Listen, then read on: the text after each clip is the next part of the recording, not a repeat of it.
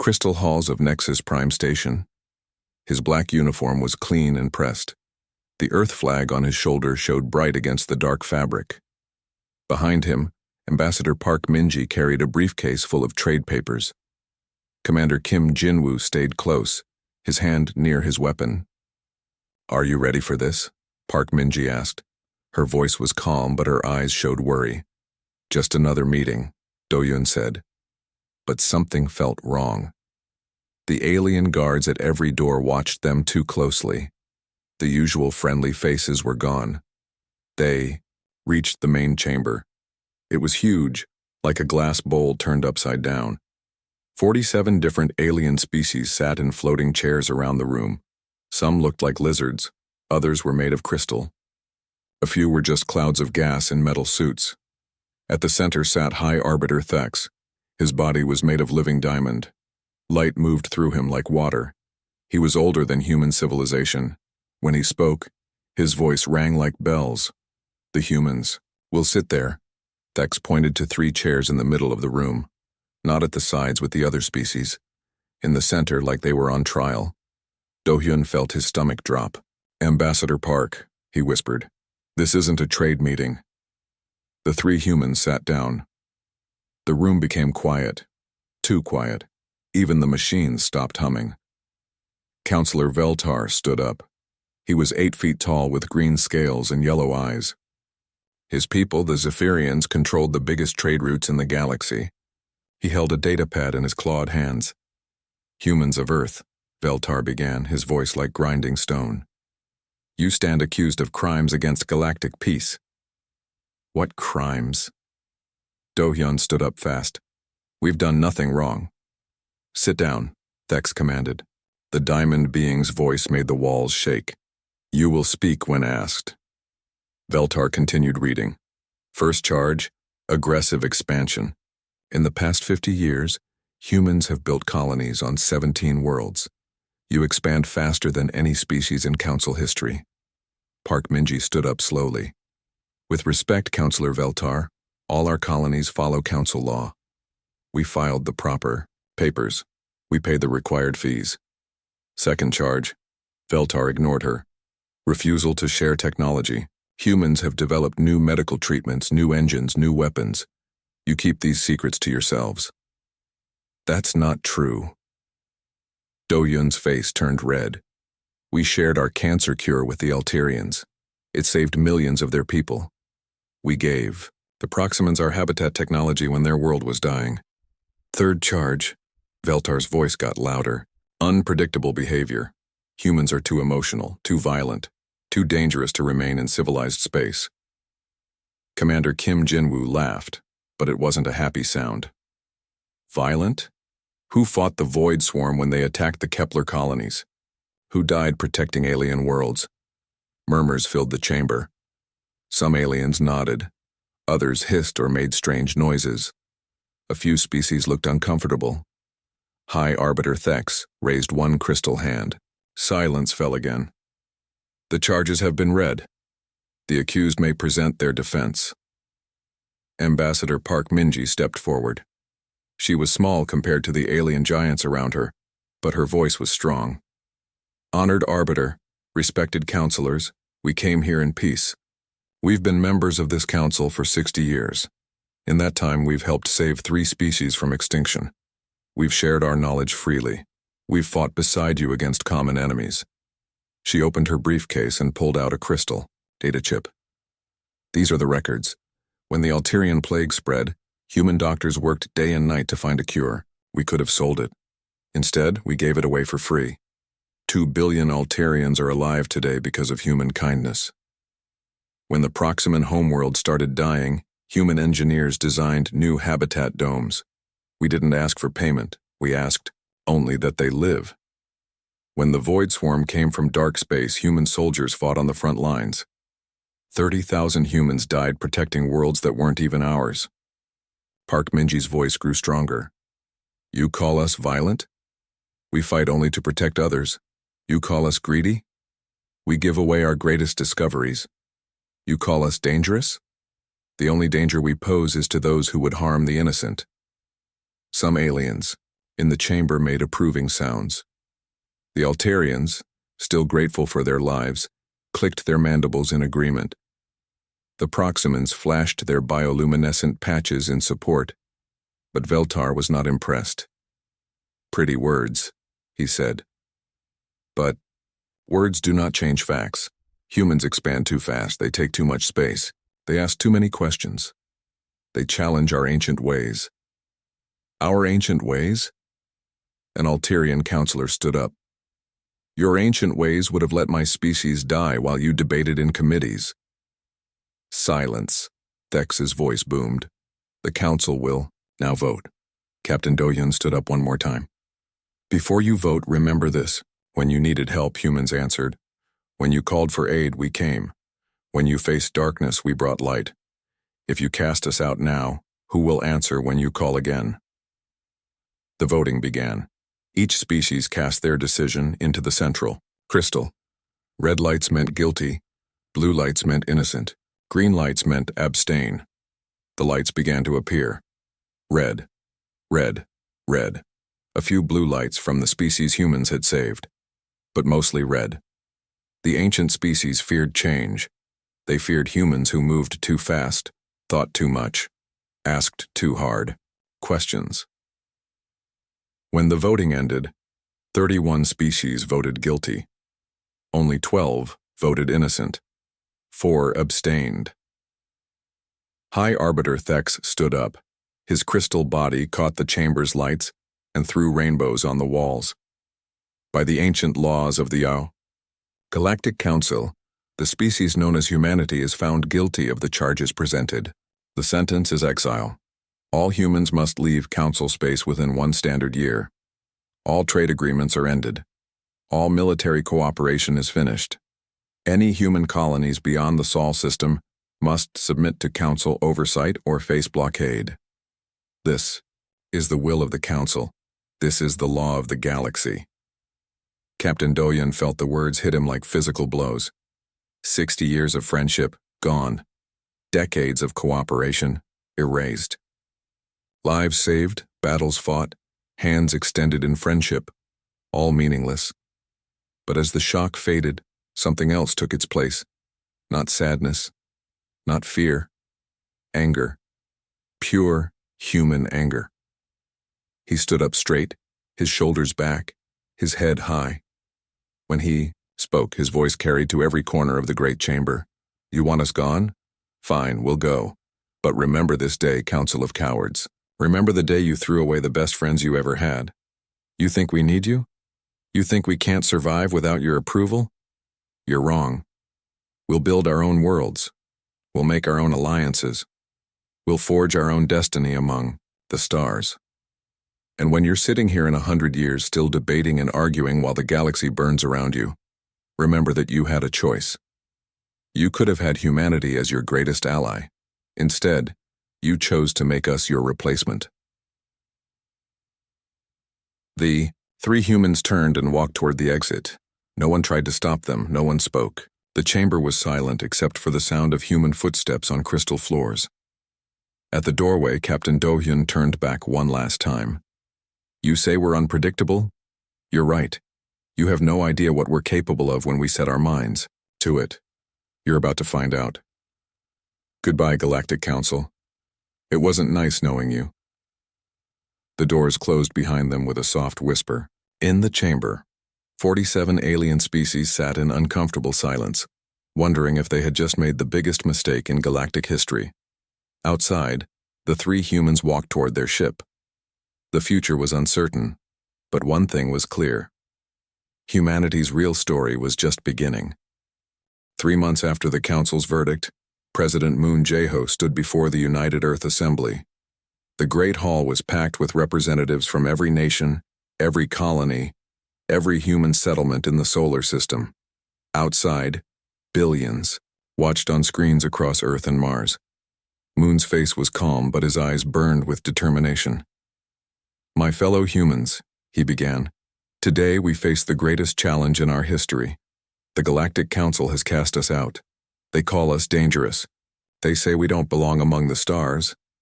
The hall was silent. Even the reporters stopped moving. They are wrong, Moon continued, his voice growing stronger. We don't just belong among the stars. We were born for them. If they won't have us, as partners, then we'll show them what humanity can achieve on its own. He pressed a button on his podium. A massive hologram appeared above the assembly. It showed star maps, ship designs, and colony plans. I present to you the Stellar Independence Initiative.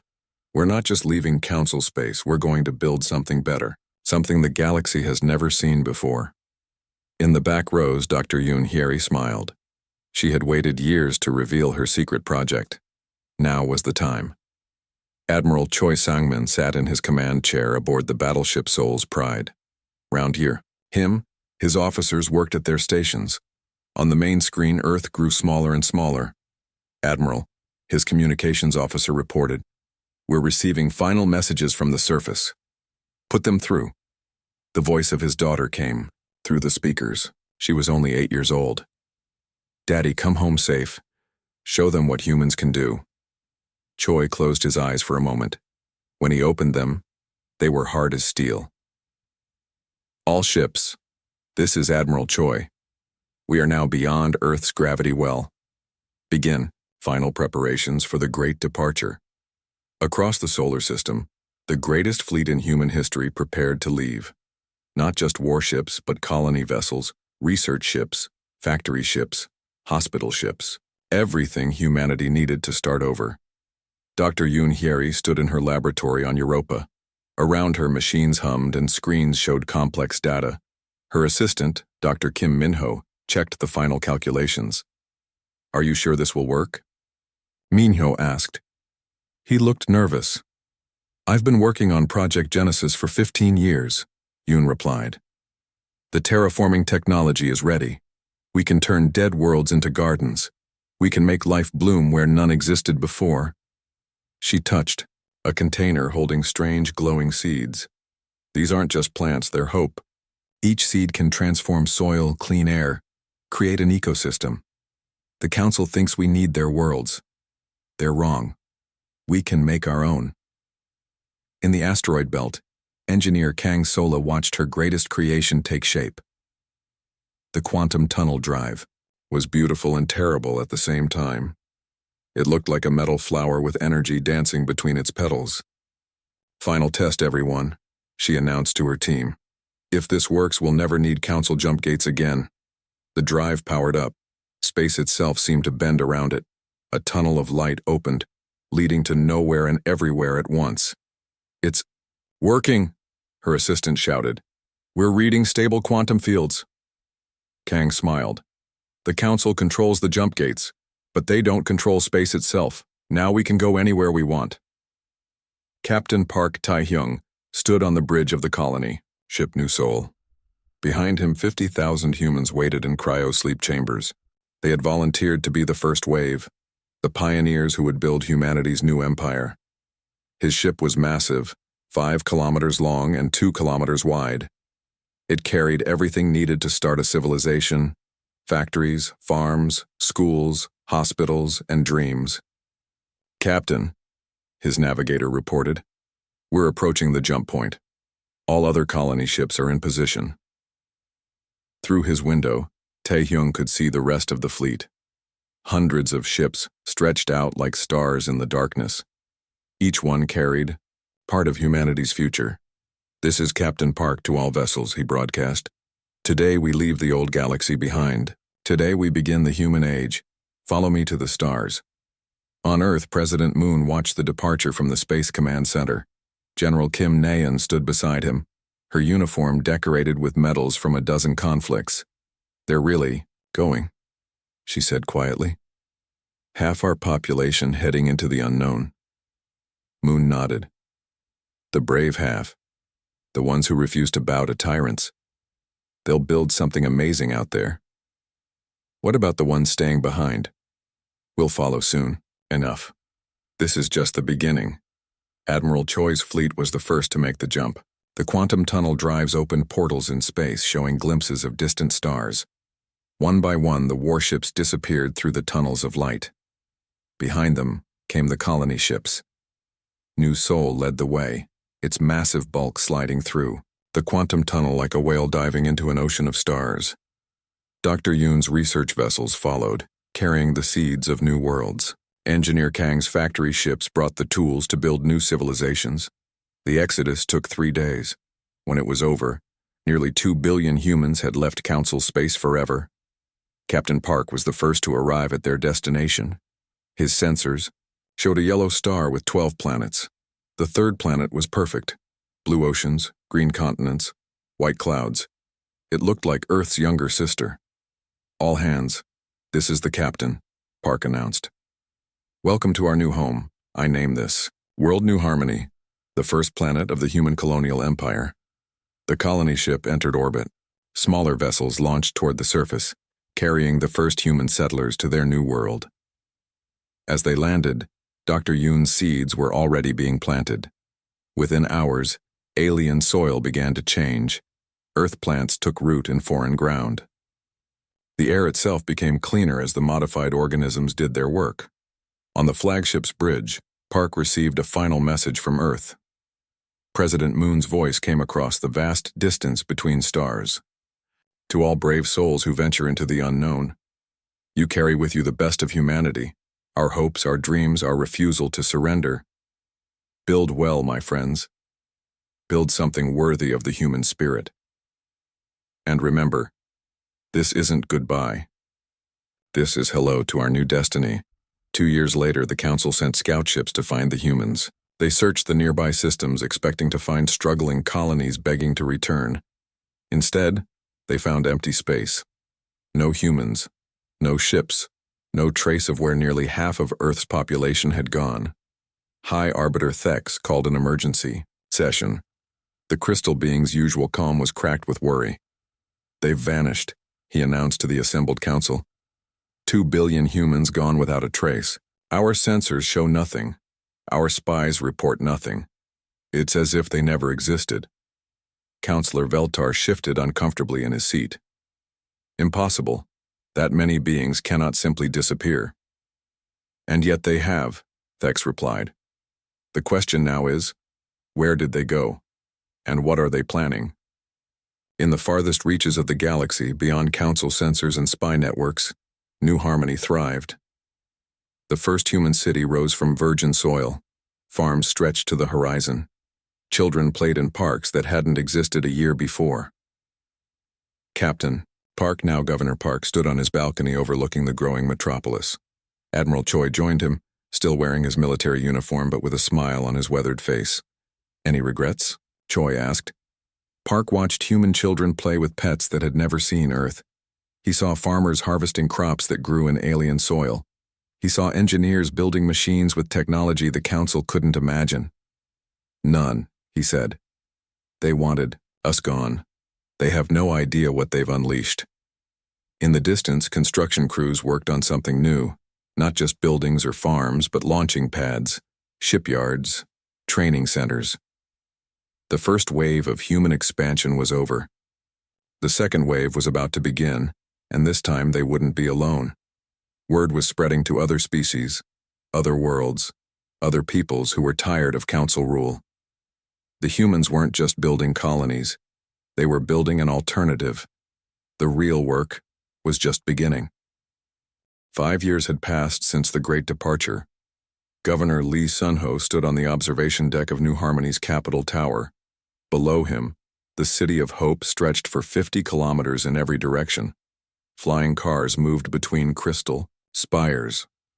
Parks full of earth and alien plants created green patches throughout the urban landscape. "Hard to believe we built all this in 5 years," said General Kim Naeun, joining him at the window. She wore the new uniform of the Colonial Defense Forces, dark blue with silver trim. "Dr. Yoon's terraforming technology made it possible," Sunho replied. "But it was human determination that made it real." Through the window, they could see the massive space elevator reaching up toward orbit. Ships came and went constantly, carrying people and supplies to the 6 other human worlds. In his laboratory, Dr. Bai Kyung-soo examined his latest creation. The plant in front of him looked normal, but it was anything but ordinary. Its roots could break down toxic metals in soil. Its leaves produced oxygen at 10 times the normal rate. Another breakthrough, his assistant said, looking at the data. This one can grow in pure sulfur soil. Bay smiled.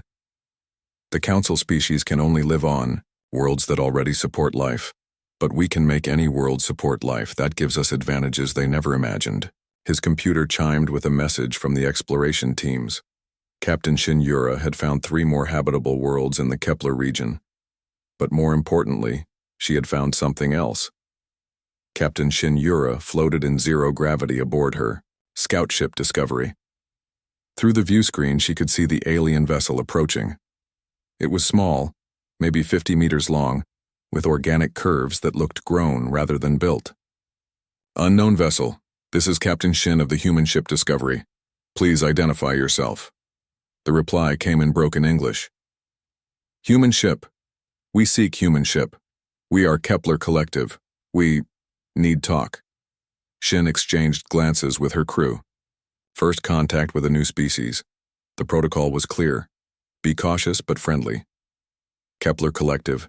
You are welcome to come aboard. We come in peace. An hour later, Shin sat across from 3 alien beings in her conference room. They were small, maybe 4 feet tall, with gray skin and large eyes. They reminded her of the dolphins she had seen on Earth, intelligent and gentle. Their leader spoke through a translation device. We are Jorak of the Kepler Collective. We represent 12 species cast out by the Council. We heard rumors of humans who defied the Council. We came to see if rumors were true. They're true, Shin replied. We were banished 5 years ago. We've been building our own civilization ever since. Jorak's large eyes brightened. You survive? You thrive? The Council said you would die in the darkness between stars. The Council was wrong about many things. Back on New Harmony, Trademaster Lim Donghae received Captain Shin's report with great interest. The Kepler Collective controlled mining operations in 7 star systems. They had resources the humans needed, and the humans had technology the Collective wanted. Set up a meeting, he told his staff. Full diplomatic protocol. If we can bring the Collective into our trade network, it changes everything. 2 weeks later, representatives from both civilizations met on the neutral ground of Shin's ship. The negotiations lasted 3 days. When they ended, humanity had its first major ally. The Independent Trade Network is born, Lim announced to Governor Sunho. Free trade between free peoples, no council interference, no bureaucratic delays. General Kim Naeun watched the first joint military exercise between human and collective forces. The aliens flew ships that looked like living creatures. The humans used angular, efficient designs. Together, they were learning tactics that neither could achieve alone. Their technology is biological, her tactical officer reported. Self-healing hulls, living computers, organic weapons. Very different from our approach. Different, but compatible, Naeun replied. We can learn from each other. On the planet Prosperity, the second human colony, massive factories worked around the clock. The modular ship design that engineer Kang Sola had created was proving its worth. Human vessels could be reconfigured for any mission: exploration, transport, combat, or research. Production is up 300%, the factory manager reported to Governor Sunho via video link. We can build a cruiser in 2 weeks, a destroyer in 5 days. Quality over quantity, Sunho reminded him. Every ship that leaves our yards must be perfect. The human fleet was growing, but it was also evolving. The new ships were smaller than council vessels, but faster and more flexible. They used tactics based on mobility and surprise rather than brute force. In the Vega system, Captain Ryu Yunbi tested the latest fighter design. The Phantom-class ship was tiny compared to council fighters, but it could appear and disappear using short-range quantum jumps. Phantom 1 to control, she radioed. The new drive is working perfectly. I can jump behind enemy positions before they know I'm there. Copy that, Phantom 1. How's the weapon system? Ryu fired a burst at a target drone. The plasma bolts were smaller than council weapons but much more accurate. Precise hits every time. Quality over power. Meanwhile, in council space, emergency meetings were becoming common. High Arbiter Thex floated in his crystal chamber reviewing intelligence reports that made no sense. "They've contacted the Kepler Collective?" he asked his spy master. "Yes, High Arbiter. Full diplomatic relations, trade agreements, military cooperation. The Collective is sharing their mining rights with the humans. And the humans are sharing what in return? Technology, medical advances, terraforming equipment. The Collective. Worlds are becoming more habitable every month." Thex's crystal body dimmed with worry. "How many worlds do the humans control now?" 7 confirmed colonies. "But our scouts report construction activity in at least 15 systems, and sir, there's something else." "What?" "The Tau Centauri Free States have broken off diplomatic relations with us. They're sending envoys to meet with the humans. In the Tau Centauri system, Ambassador Han Suyong met with the Free States Council. The Tau Centaurians were traders who had grown tired of council regulations and taxes. The council takes 30% of our profits," the lead counselor explained. "You offer true free trade, no taxes, no interference. All we ask is mutual respect and fair dealing," Han replied. "Trade with whoever you want, build whatever you need, live however you choose." The Tau Centaurian counselor's tentacles waved in agreement. "This is what we have wanted for centuries. When can we sign the formal agreement?" Within months, the independent trade network included the Kepler Collective, the Tau Centauri Free States, and the Vegan Mining Consortium. 3 major economic powers had joined with humanity to create an alternative to council control. Governor Sunho stood once again on his observation deck, but now he was looking at charts showing the growing alliance. Red dots showed human colonies. Blue dots showed allied worlds, green lines showed trade routes. "We're not just surviving," he told General Kim Neon. "We're thriving, and we're showing other species that there's an alternative to council rule." "The council is starting to notice," Neon warned. "Our intelligence reports show increased military activity near their borders with our space. Let them notice. We're not doing anything wrong. We're just living free." Dr. Bae Kyung-soo's latest breakthrough was his greatest yet.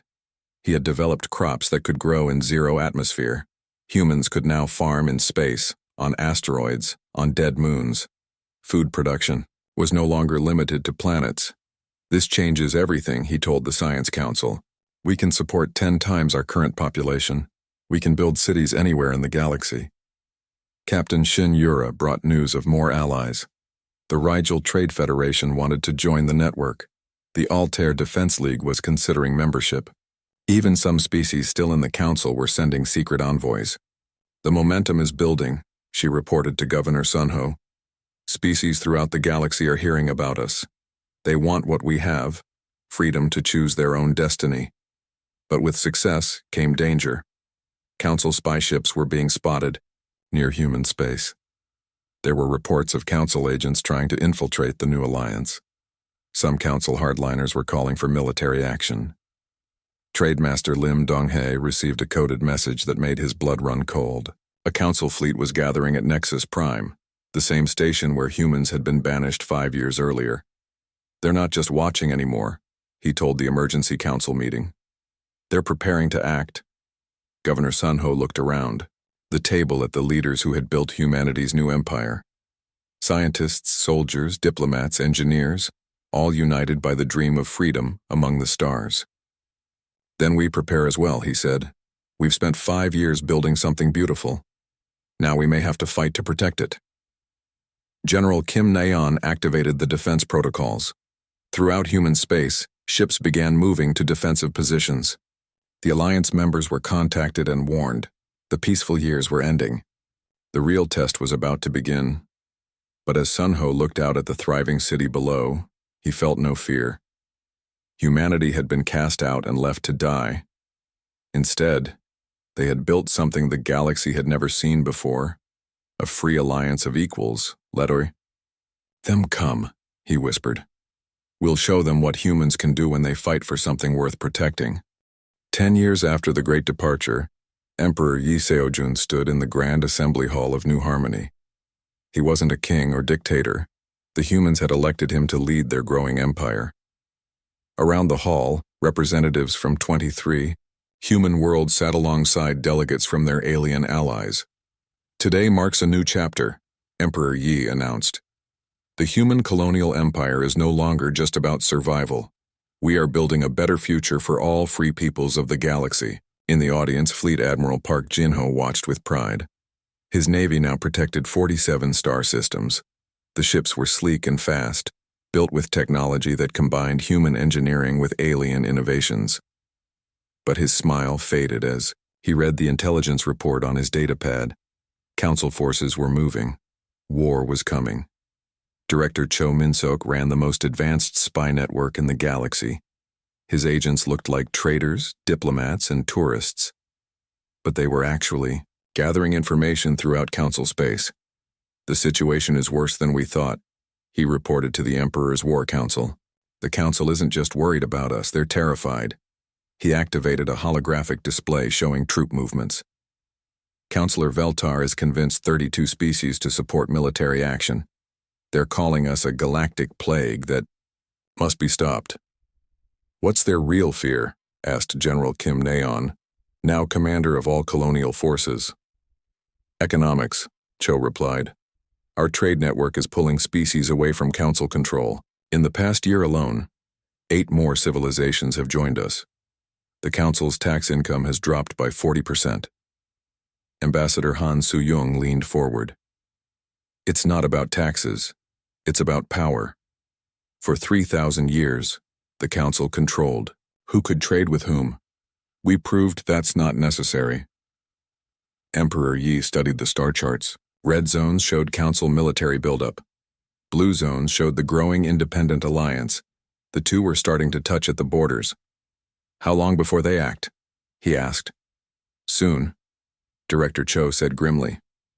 Our sources say Veltar is planning something called Operation Cleansing. They want to destroy our fleet and force our colonies to surrender. Captain Ryu Yunbi flew her Phantom fighter through an asteroid field near the border. Her squadron was on patrol, watching for Council scouts. The new fighters were invisible to most sensors, perfect for reconnaissance. Phantom Leader, this is Control, came the voice in her helmet. We're reading massive energy signatures in Sector 7. Investigate and report. Yunbi changed course toward the coordinates. What she found made her heart race. A Council battle. Fleet was gathering. Over 200 ships, including their massive dreadnoughts. Control, this is Phantom Leader. I count 230 enemy vessels. 15 dreadnoughts, 40 cruisers. The rest are destroyers and fighters. Copy that, Phantom Leader. Return to base immediately. But as Yunbi turned to leave, her sensors detected something else. The ships weren't just gathering. They were loading weapons. Big weapons. Planet-killer weapons. Back on New Harmony, the War Council met in emergency session. The holographic display showed the Council fleet in terrifying detail. They're not planning to conquer us, Fleet Admiral Park said quietly. They're planning to eliminate us completely. Planet-killer weapons? Emperor Yi's face was pale. They would commit genocide? Veltar believes we're an infection, Ambassador, Han explained. He thinks the only cure is to burn out every trace of human influence in the galaxy. General Kim stood up. Then we fight. Our ships are faster and our tactics are better. We can win. Against those numbers? Director Cho shook his head. They have 10 ships for every one of ours. Emperor Yi was quiet for a long moment. When he spoke, his voice was steady but sad. Send a message to all our allies. Tell them what we've discovered. Let them decide if they want to stand with us. The response was swift and overwhelming. The Kepler Collective voted unanimously to fight alongside humanity. The Tau Centauri Free States mobilized their trading fleets for war. The Vegan Mining Consortium offered to supply weapons and materials. But the biggest surprise came from an unexpected source. Admiral Zexthon was a career Council officer. He had served for 40 years, believing in the Council's mission to bring order to the galaxy. But as he read the orders for Operation Cleansing, his faith cracked. You want me to use planet killers against civilians? he asked Counselor Veltar. Via secure communication. The humans are a disease. Veltar replied coldly. Diseases must be burned out completely. No mercy. No survivors. Zexthon closed the communication and stared out at his fleet. 300 ships under his command. Good crews who believed they were fighting for justice. They had no idea they were being asked to commit mass murder. He made a decision that would change galactic history. Director Cho's spy network detected the first crack in Council unity when Admiral Zexathon's flagship left the main fleet. Then 2 more ships followed, then 10, then 50. What's happening? Emperor Yi asked as reports flooded in. Zexthon is defecting, Cho said in amazement. He's bringing a third of the Council fleet with him. Within hours, Admiral Zexthon's ships arrived at the edge of human space. The alien admiral requested permission to speak directly with Emperor Yi. The meeting took place aboard the neutral station that Captain Shin had built for diplomatic talks. Zexthon was tall and blue-skinned, with silver eyes that had seen too much war. Your Imperial Majesty, he began formally. I come to warn you and to ask for asylum for my crews. You're welcome here, Admiral. What warning do you bring?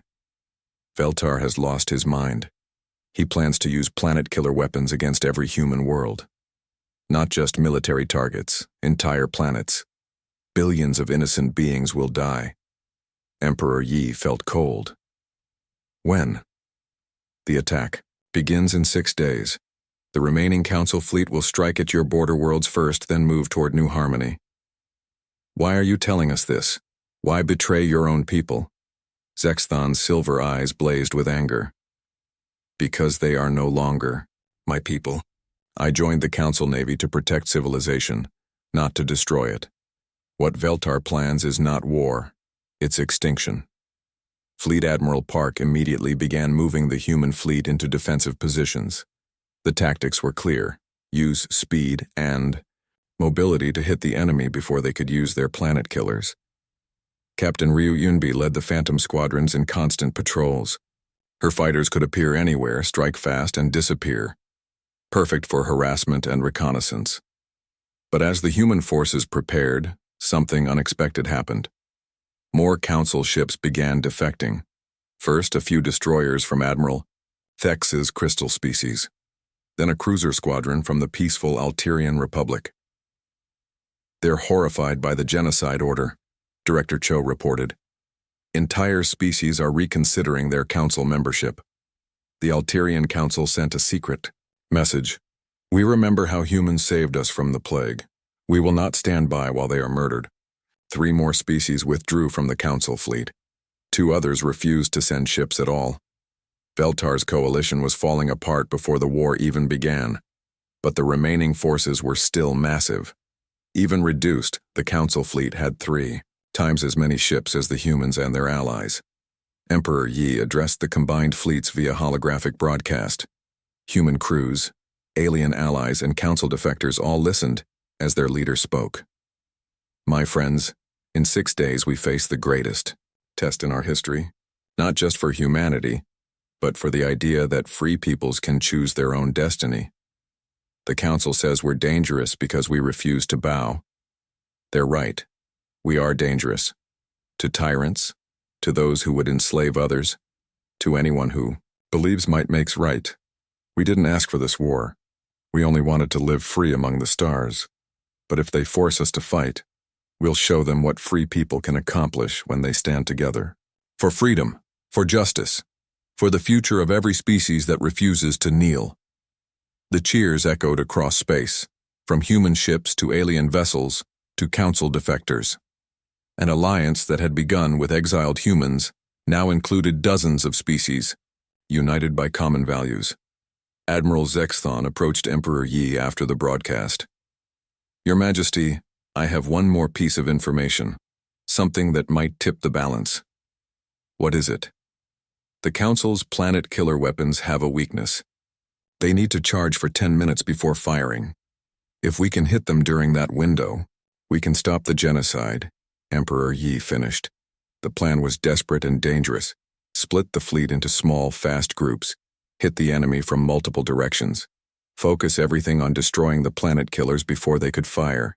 It too was exactly the kind of crazy, brilliant strategy that had made humans so dangerous to the old order. As the fleets prepared for battle, one last message came from Council Space. High Arbiter Thex himself, speaking directly to Emperor Yi. Human leader, there is still time to avoid this catastrophe. Surrender now. Submit to Council authority. Your people will be relocated but allowed to live. Emperor Yi's response was brief. We'd rather die free than live as slaves. The storm was about to break, and when it did, the galaxy would never be the same. The Battle of Titan's Gate began at dawn on New Harmony. Captain Nahanul stood on the bridge of her destroyer Freedom's Edge, watching enemy ships appear on her sensors. The Council fleet was massive, over 400 vessels emerging from quantum tunnels. All ships, this is Supreme Commander Li Jiho, came the voice over the fleet communications. Execute Plan Phoenix, remember, hit the planet killers first. The human fleet split into 12 groups, each attacking from a different direction.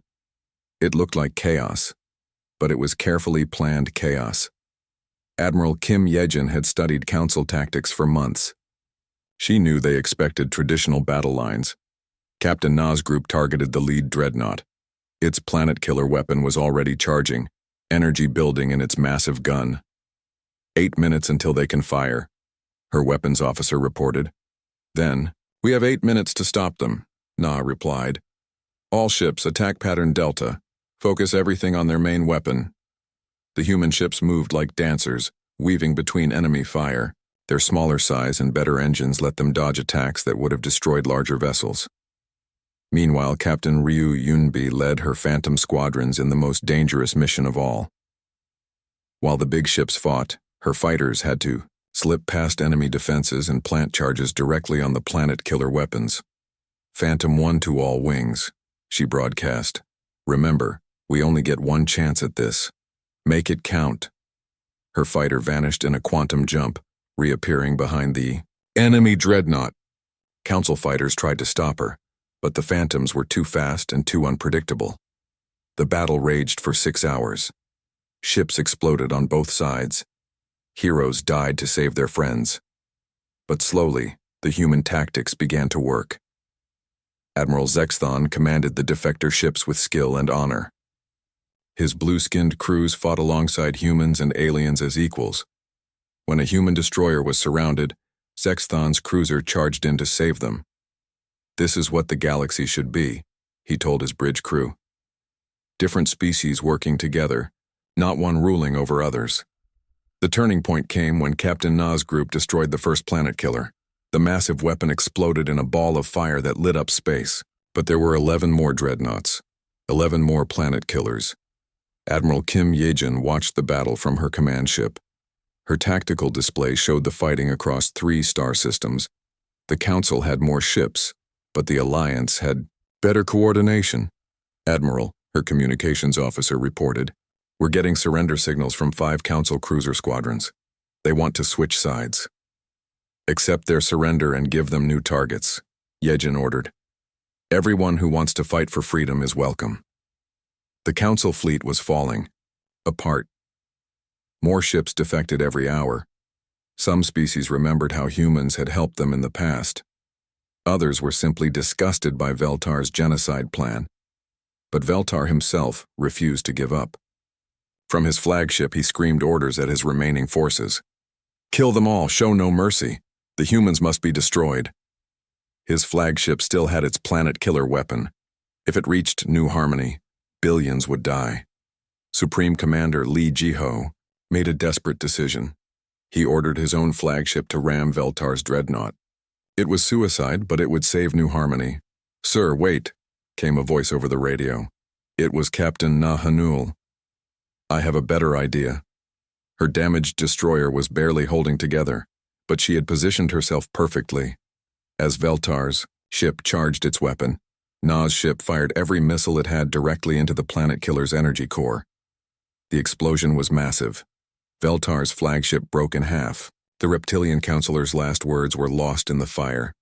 With their leader dead and most of their fleet defected or destroyed, the remaining council forces surrendered, But the war wasn't over. The real victory came in what happened next.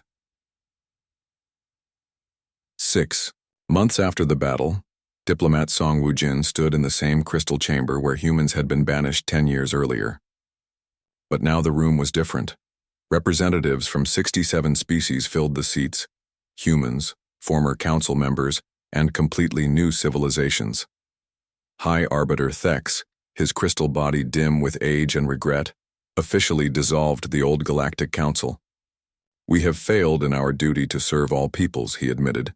"It is time for something new." Emperor Yi Seojun, now elected as the first Chancellor of the Galactic Federation, took the podium. "Today we write a new chapter in galactic history. Not the rule of the strong over the weak, but partnership between equals." The Treaty of New Harmony was signed by all 67 species. It established principles that would govern the galaxy for generations: free trade, shared technology, democratic representation, and the right of every species to choose its own path.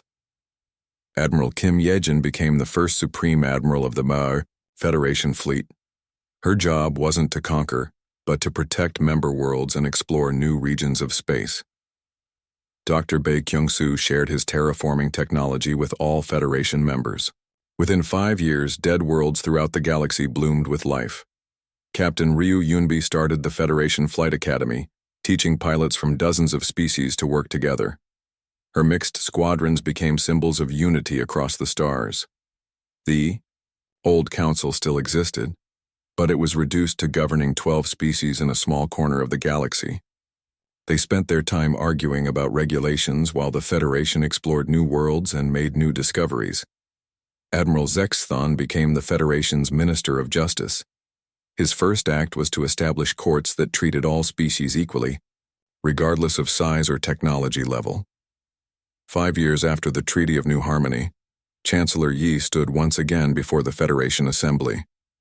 But this time the news was different. "Fellow beings," he announced, "today I have the honor of welcoming our newest members to the Federation. Please join me in greeting the Democratic Republic of Altair, the Free Worlds of Rigel, and the United Colonies of Proxima." The applause filled the chamber. Each new member meant more trade, more knowledge, more friends among the stars. Director Cho Min-seok, now head of Federation Intelligence, approached the Chancellor after the session. "Sir, we've received a message from the old council. They want to discuss rejoining the galactic community." Yi smiled. "Tell them they're welcome to apply for Federation membership. Same rules as everyone else. Democracy, free trade, and respect for all species. And if they refuse, then they can sit in their corner and argue about the good old days while the rest of the galaxy moves forward." That evening, Yi walked through the streets of New Harmony. The city had grown into a true galactic capital. Humans lived alongside dozens of alien species. Children of different worlds played together in parks. Markets sold goods from across the galaxy. He stopped at a memorial dedicated to all who had died in the fight for freedom. Human names were carved alongside alien ones. Captain Na Hanul's name was at the top, honoring her sacrifice. A young human girl approached him. She couldn't have been more than 8 years old. "Are you really the Chancellor?" she asked. "I am. What's your name?" "Kim Soo-jin. My teacher says you used to be an emperor. Why did you give that up?" Yi knelt down to her level. "Because emperors rule over people. Chancellors serve people. I'd rather serve than rule." "Will there be more wars?" Yi looked up at the stars visible through the city's crystal dome. Ships from 100 worlds moved between them, carrying trade and friendship across the galaxy. "I hope not, Soo-jin, but if there are, we'll face them together. All of us as equals." The little girl smiled and ran back to her friends, a group that included a young Alterian, 2 Kepler Collective children, and a small Tau Centaurian. Chancellor Yi watched them play and remembered Captain Do-hyun's words from 10 years ago. "You have no idea what we're capable of when we set our minds to it." The Council had wanted to destroy humanity. Instead, they had created something beautiful, a galaxy where freedom mattered more than power, where cooperation trumped conquest, where even the smallest species had a voice. Earth was no longer banned from galactic civilization. Earth had become the heart of a new kind of civilization entirely. As Yi walked home through the peaceful streets, he whispered the words that had become the Federation motto. From many worlds, one galaxy. From many species, one future. The human age had begun, and it was glorious.